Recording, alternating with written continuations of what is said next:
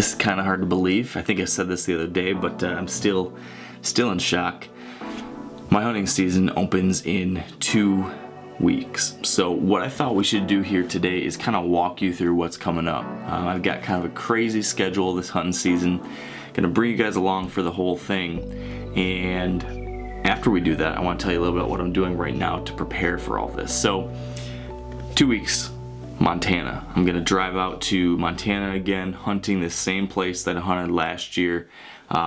We scouted it and shed hunted it earlier this spring. You probably saw those videos back in March, I think it was. That went really well. So I'm excited about this hunt. It's kind of open country, river bottoms. You can see a ton of deer. There's a pretty good number of mature deer, and based off the sheds we found, I think there's some really nice deer too. Not right behind me, but right above. A bunch of those sheds are from Montana. It'd be pretty cool to get eyes on the bucks that drop those horns. So excited about that hunt. If that goes well over the course of the first 4 or 5 days of that hunt, I'm going to sneak over the border to North Dakota and hunt the stuff we scouted and shed hunted down there too. My buddy Furter is going to be hunting in early September as well. So in a perfect world, kill a buck in Montana, maybe 4 days, grab a tag in North Dakota, hunt there for another 3, 4, 5 days with him. That'd be amazing if that all worked out. After all that, I'm gonna come home for a week or two, and then at the end of September, it looks like I'm gonna be hunting elk in Montana, which I'm stoked about because last year I didn't get to hunt elk because of that caribou hunt, so it's gonna be really nice to get back after, hopefully, some screaming bulls. And then after that, it's just focusing on whitetails. Gonna be focusing here in Michigan for the first 7, 8, 9 days. Number one opportunity, number one goal is of course Holyfield. If you follow this channel, you've heard all about him. I'm hoping he's back October 1st. If the conditions are right for one of 2 maybe spots, I'm gonna go in there and try to get a crack at him. If that doesn't work out, then the game plan is just to hold off, play it safe on him, wait till late October or November. So from then I'm gonna hunt maybe a little bit of public land. I've got new property I can hunt in western Michigan, maybe hit that. Maybe go up for a day or two to my northern Michigan deer camp.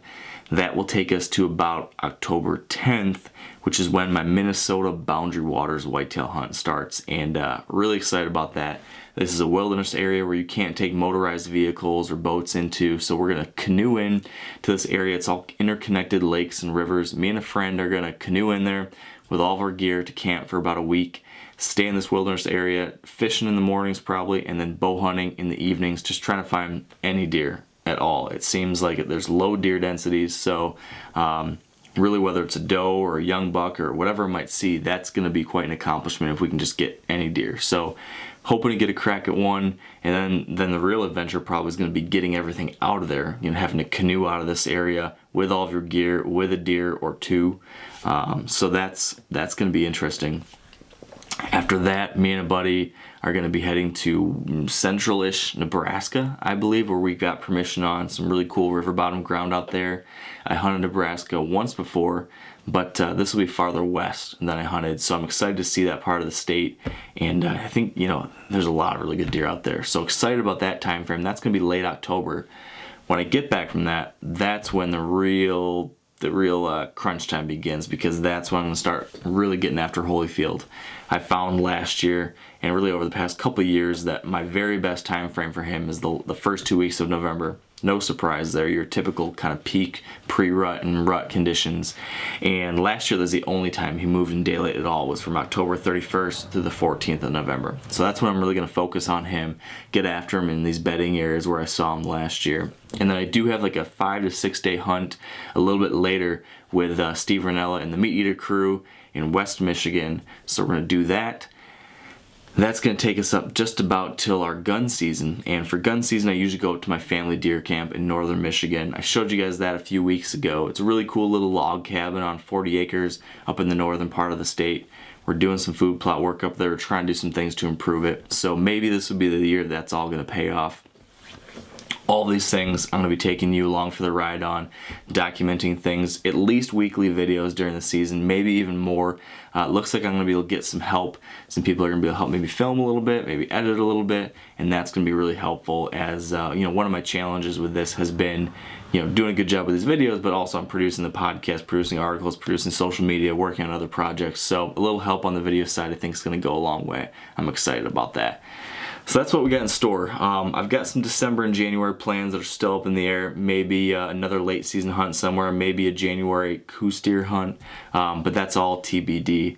Now, with all that being the case, right now, these last 2 weeks of August, I've got a lot of stuff to do to get ready for all of that, especially here in Michigan. I have to head to that West Michigan property here soon, do some work on my main Michigan property where Holyfield is.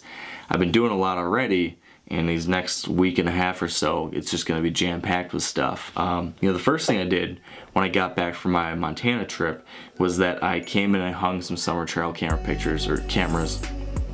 And the interesting thing with that was that because we're not supposed to be using bait or mineral anymore here because of CWD concerns, I wanted to put these out trying to find, you know, different ways to get summer pictures. So I put these cameras over soybean fields, but with little kind of enhancements. So one camera I put over a typical licking branch, added a little bit of pre-orbital gland scent to that. And I think that's just gonna get a little more chance of maybe getting some of those pictures in that area, because bucks, while they don't make scrapes, they do still sniff and check out those licking branches. In another area, I found a creek crossing that leads into a soybean field, so I got a camera on that. And then one other camera is on just kind of a low spot, a typical point the deer are really entering the field at. So haven't checked those yet. We'll probably do that here in the next week or so. And then the other big thing that's been kind of on the to-do list has been food plots. Sprayed food plots at the beginning of August. Came back in over the past couple days and started working them. On one of my main front food plot systems, I'm planning a kind of selection of brassicas in part of it. So yesterday was trying to disc that up with my little ATV disc. Ended up being kind of a debacle because of how much dead vegetation was in there. It kept getting clogged up, but I got it broken up enough, got the seed in the ground, planting winter greens, which is a selection of brassicas like rape and kale and some things along those lines, and then some tall tine tubers, which are Whitetail Institute's turnip mix. So got that planted yesterday, and then a week or two from now I'm gonna plant the oats that I get up there. And then on the back food plot system that I have, I went and checked it out a few days ago. Turns out that the Roundup I sprayed did nothing on that, because there's this specific type of weed in there now. I've done some research, found out what this is. It's called mare's tail, and it's, I guess, Roundup resistant. So I'm working on trying to find some creative solutions to how to get rid of that and get that thing planted here pretty soon. So that's on my to-do list for the next few days too. The only other thing I'm working on then is stand work. I'm still moving a few stands, tweaking a few stands, want to check a couple, make sure their straps are okay, make sure the shooting lanes are good, and hopefully that has to be all done by the end of August, because I take off for these other trips, and I always like to leave my main properties untouched for the entire month of September, so that once opening day hits in October and the whole season's there, you know, these areas are unmolested and unpressured. So that's the game plan. And you know, the only other main thing I've been focusing on is just long distance observation and scouting, you know, glassing and filming bean fields, trying to see, you know, what bucks are back, what bucks are in the area. So I've been doing that a lot around my main Michigan property, and I've seen a few really nice deer.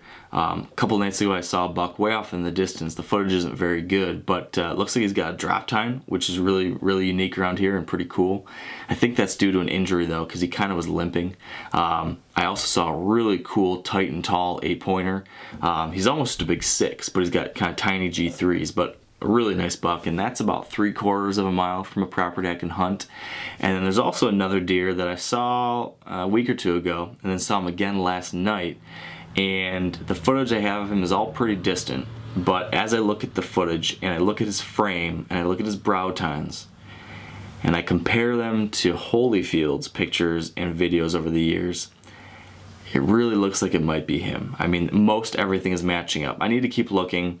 I want to get some better quality footage. I still haven't been able to zero in and see on his ear if there's a notch in it or not, but that's exciting that there's a possibility that Holyfield might be back. If it's him, he took a nice little jump up in antler size, which is exciting, and he's just a really impressive 8-pointer. So I can't say for sure, but I'm excited to see, and heck, even if it's not him, this is still a really great buck it's literally right across the road from the property I can hunt. So that's what we got in store. I'm really hoping that the Holyfield story is going to continue, but there's a whole lot of things on the docket otherwise that are going to be exciting too. So it's going to be a great season. Like I mentioned, I'm going to try to do a really good job of sharing it and documenting it here on the YouTube channel. Appreciate you guys following along. Make sure if you're not already, subscribe, because like I said, lots more to come, and I want to make sure you guys see that. So until then, wish you guys all luck, and make sure you listen to this week's Wired to Hunt podcast too, because I dive into more detail on what my goals and hopes are for this season, as well as the rest of the Wired to Hunt team. We get my buddy Dan, Spencer, and my friend Furter. All three of them also talk about their goals, their hopes, the hit list bucks they're after. It's a pretty interesting one. So check that out, and more to come soon.